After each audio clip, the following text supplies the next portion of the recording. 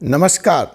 फोर्सी supreme law के इस YouTube channel में मैं advocate doctor Ajay Kumar Pande supreme court of India पुनः आपका स्वागत करता हूं। पेश है आज फिर एक नया कानूनी राजनीतिक मुकदमा। माहौल लोकसभा चुनाव 2024 का है। सरगर्मियां बढ़ी हुई है, पार्टियों के दाव पेंच राजनीतिक चल रहे हैं, लेकिन कानून की अदालत में कौन सी पार्टी क्या कर रही है यह भी तो जानना जरूरी है।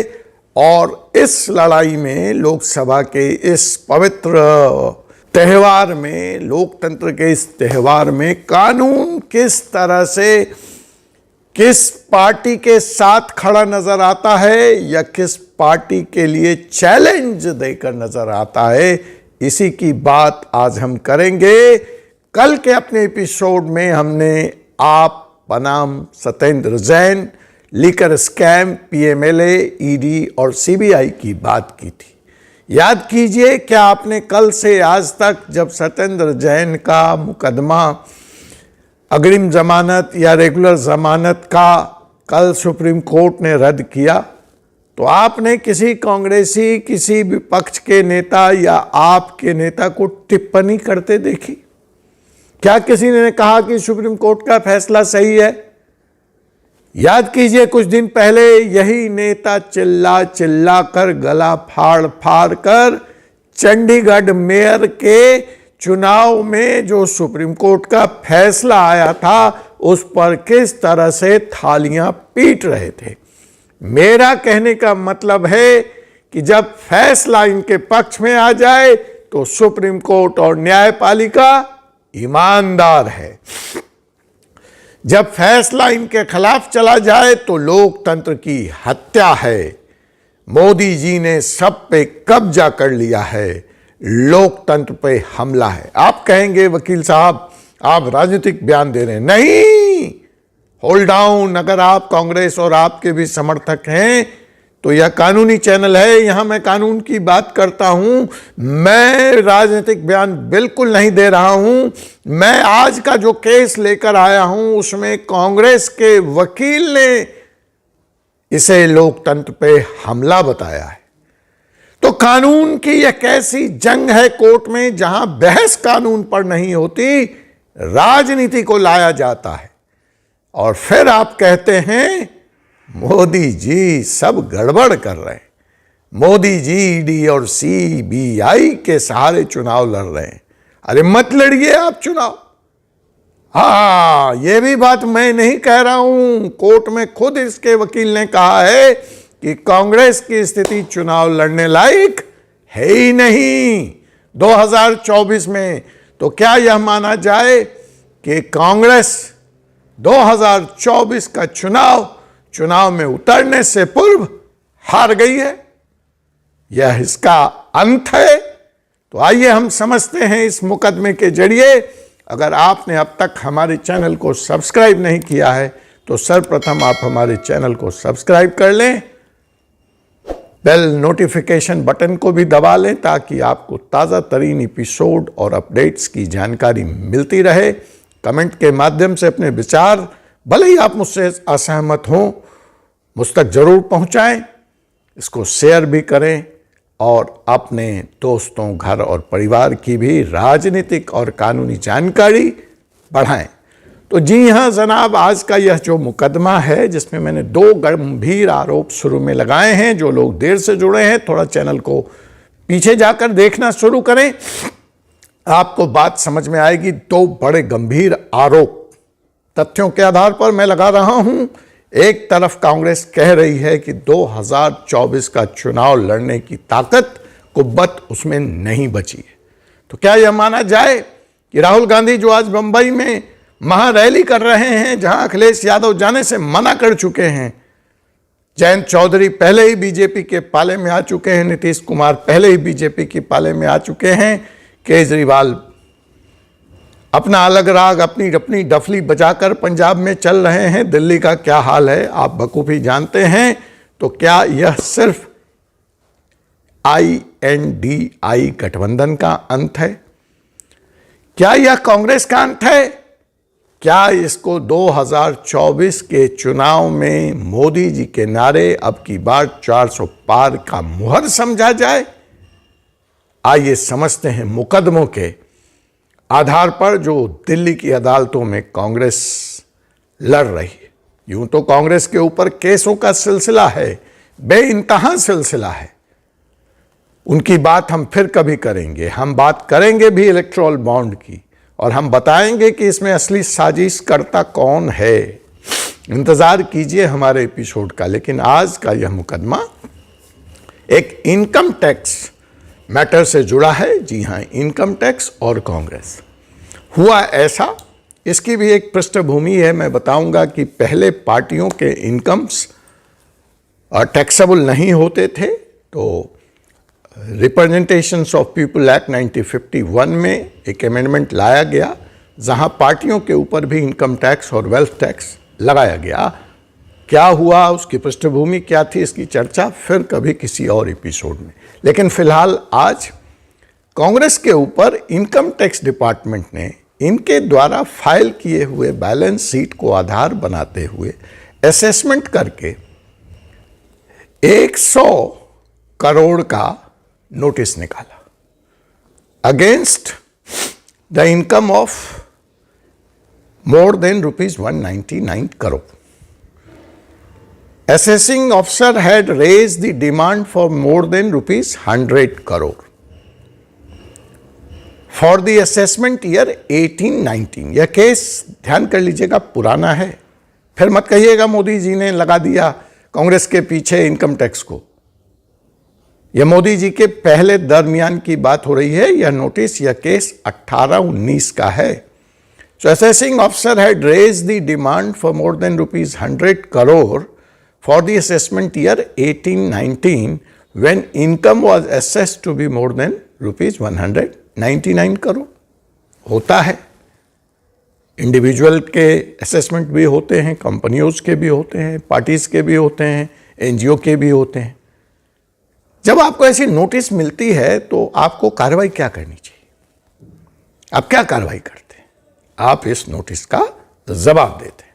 लेकिन यहां पे देखिए, कांग्रेस सत्ता से बाहर है, लेकिन आदतें नहीं बदली।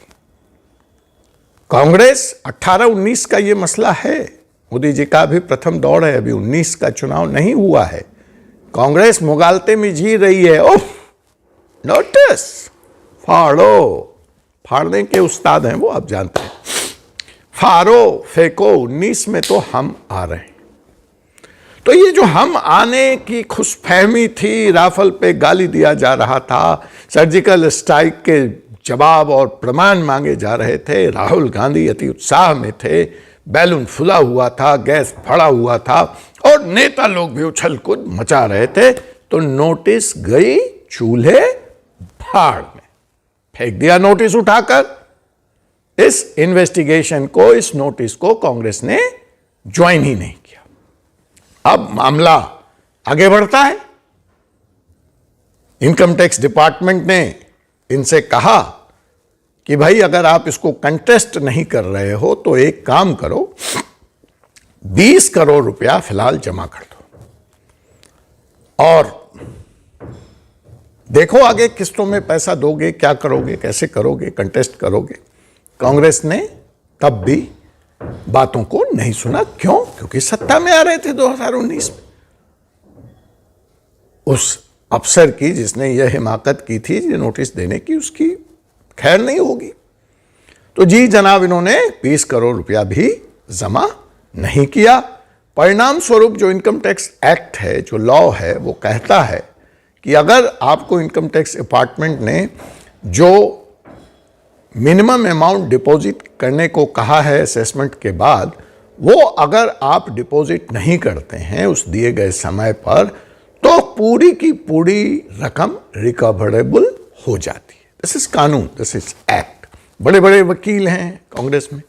अब फुर्सत तो है नहीं किसी को, या फुर्सत है तो मिजाज नहीं है। युवराज की पार्टी है जी जनाब। तो साहब पूरा अमाउंट जो है ये 100 करोड़ का रिकवरेबल हो गया कांग्रेस के खिलाफ। 3 साल हो गए, कांग्रेस ने इसकी कोई सुध नहीं ली। डिपार्टमेंट में कुछ 60-68 करोड़ रुपए कांग्रेस से रिकवर भी किए इस पूरे 3 साल में, लेकिन बकाया राशि तो अभी बची हुई थी। अतः मरते क्या न करते, डिपार्टमेंट ने कांग्रेस के खिलाफ अकाउंट फ्रीज करने का आदेश पारित कर दिया। कहा कि कांग्रेस यह पैसा नहीं दे रही है इनकम टैक्स का, इसलिए इनकी अकाउंट को फ्रीज किया जाए। अब कांग्रेस में बवाल मचा, इधर 23 आ चुका था, पैसे की बड़ी जरूरत है, चुनाव सर पर है। आनन फानन में कांग्रेस के युवराज की नींद खुली और उन्होंने अपने दूतों को लगाया। मामला पहुंचा अपील में, IT-80 इनकम टैक्स ट्रिब्यूनल में, और वहां जाकर कांग्रेस ने अपनी बात, अपनी दलील रखी। वो मजेदार दलील है। वो दलील क्या है? Let me read it out for you. कोई कानूनी दलील नहीं है।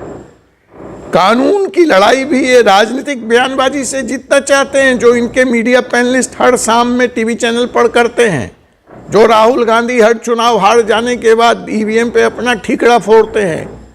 कानून की अदालत में भी कानून की जंग ये राजनीति से जीतना चाहते हैं, कानून से नहीं।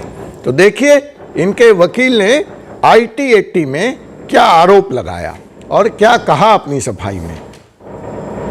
उन्होंने ये कहा कि ये जो section 226 sub section 3 of IT act की प्रोसीडिंग्स है, उसका टाइम देखा जाए हुजूर, उसका एक्ट नहीं देखा जाए, कानून नहीं देखा जाए, उसका समय देखा जाए।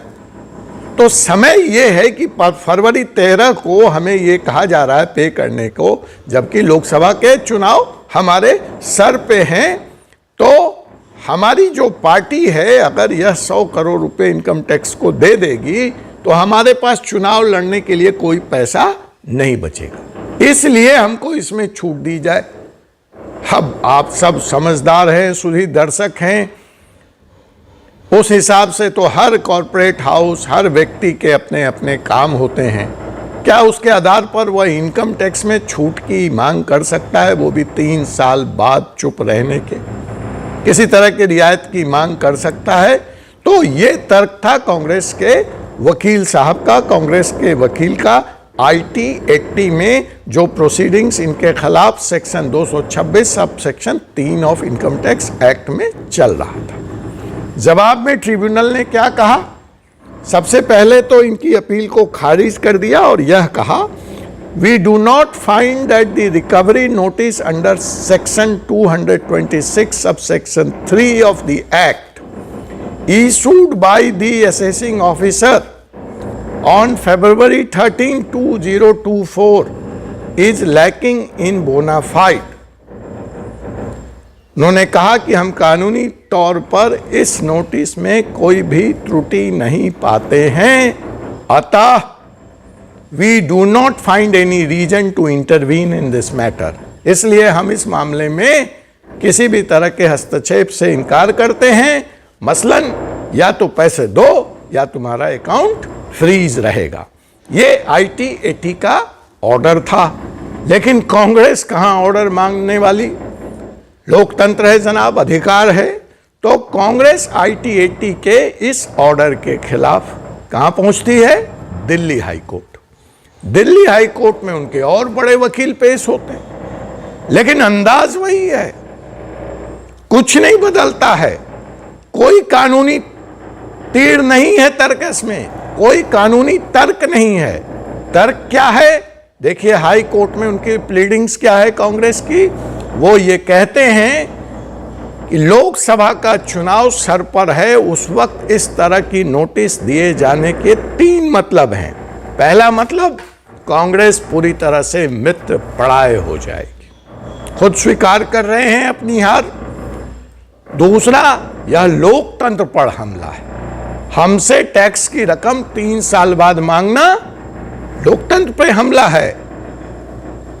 खैर, हाई कोर्ट ने उनके तर्कों को सुना और फिलहाल अपना जजमेंट इस मैटर में रिजर्व कर लिया है। IT-80 की जो नोटिस है, जो अकाउंट फ्रीज करने की कार्रवाई है, उसको यथावत रखा है और इधर कांग्रेस गुहार लगा रही है कि उसके पास पैसा नहीं है, उसका अकाउंट ऑलरेडी फ्रीज है, वो कैसे चुनाव लड़ेगी, वह कैसे जिंदा रहेगी। तो क्या इसका मतलब यह समझा जाए कि कानून के ऊपर इस बार हार का ठीकरा कांग्रेस फोड़ने वाली है। 2024 का चुनाव वो लड़ने से पहले अपना हार स्वीकार कर रही है। इसी के साथ कांग्रेस का एक झूठ और सामने आता है। उनके पास इनकम टैक्स के इस 100 करोड़ रुपए को देने की रकम नहीं है, ऐसा उन्होंने अदालत में कहा है, गुहार लगाई है। उधर राहुल गांधी जी की जो भारत जोड़ो यात्रा चल रही है, उसमें उनके द्वारा ही जो अकाउंट का स्टेटमेंट, ऑडिटेड बैलेंस शीट जो चुनाव आयोग को सबमिट किया गया है, उसके हिसाब से राहुल गांधी जी की इस यात्रा पर कुल व्यय 73 करोड़ का है। टैक्स के पैसे नहीं है, 100 करोड़। युवराज की यात्रा पर अकेले 73 करोड़ रुपए खर्च करने के लिए कांग्रेस के पास रकम है। अगर सरकार इस रकम की वसूली करती है तो वह लोकतंत्र पर हमला है, वह कांग्रेस की जान और प्राण पर हमला है, वह 2024 में चुनाव हराने की साजिश है। तय आपको करना है कि इसमें कितना काला है, कितना सफेद है, कितना सच है और कितना झूठ है। जाते जाते आपको बता दूं कि IT डिपार्टमेंट का जो यह ओरिजिनल टैक्स डिमांड था वह 102 करोड़ रुपए का था। कांग्रेस ने इसको समय पे अदा कर दिया होता तो ये मामला 102 करोड़ रुपए में खत्म हो गया होता, लेकिन आदतन कांग्रेस 3 साल सोई रही। परिणाम, इसमें इंटरेस्ट जोड़ा गया। इंटरेस्ट जोड़ने के बाद यह 102 करोड़ की रकम बढ़कर 135.6 करोड़ रुपए हो गई और अब तक इनकम टैक्स डिपार्टमेंट ने कांग्रेस से 65.9 करोड़ रकम की रिकवरी की है। हम आते रहेंगे आपके समक्ष ऐसे ही कानूनी और राजनीति के घालमेल वाला मुकदमा लेकर, और उसका परिणाम क्या होगा 2024 तक, अगले 2 महीनों तक आपसे पुनः मुलाकात होगी एक ऐसे ही एपिसोड में, एक ऐसे ही राजनीतिक और कानूनी विवाद के साथ। तब तक के लिए मुझे एडवोकेट डॉक्टर अजय कुमार पांडे को अनुमति दीजिए। जय हिंद, जय भारत।